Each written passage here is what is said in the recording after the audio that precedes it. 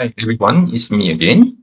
So for today's question, we will ask to prove this beautiful identity in two different ways. I'm going to use binomial theorem as method 1. So method 1, binomial theorem. Recall that a 1 plus x to the power of n is equal to the summation n choose r x to the power of r from r equals to 0 to n.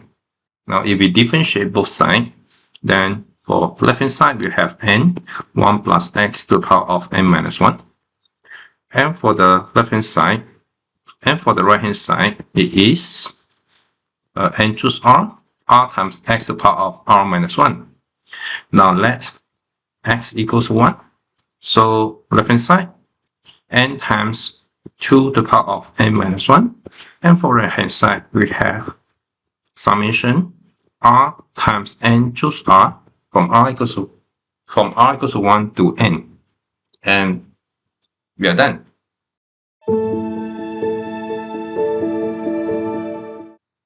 So for method 2, we are using combinatorial argument. We try to understand what is the meaning of r times n choose r. We can write as n choose r, and for r, it is r choose 1.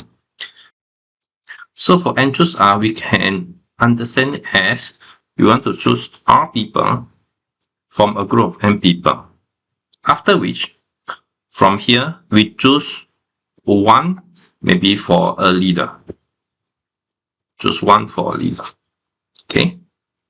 And this process can be seen as from these n people, we choose 1 leader first. We choose 1 leader. So n choose 1. After which, from the remaining n minus 1 people, we choose r minus 1 ordinary members. So it is n minus 1 choose r minus 1. So now we have the identity n times n choose r equals to n times n minus 1 choose r minus 1. And because of this, the summation r times n choose r from r equals 0 to n is equals to summation n minus 1 r minus 1 from r equals to 0 to n. And this is equal n summation n minus 1 r minus 1.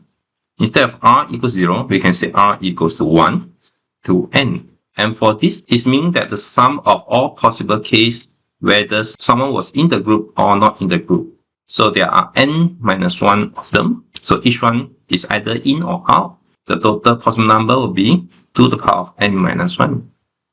So this is the end of today's short discussion. Hope you enjoyed it and see you again next time. Bye bye.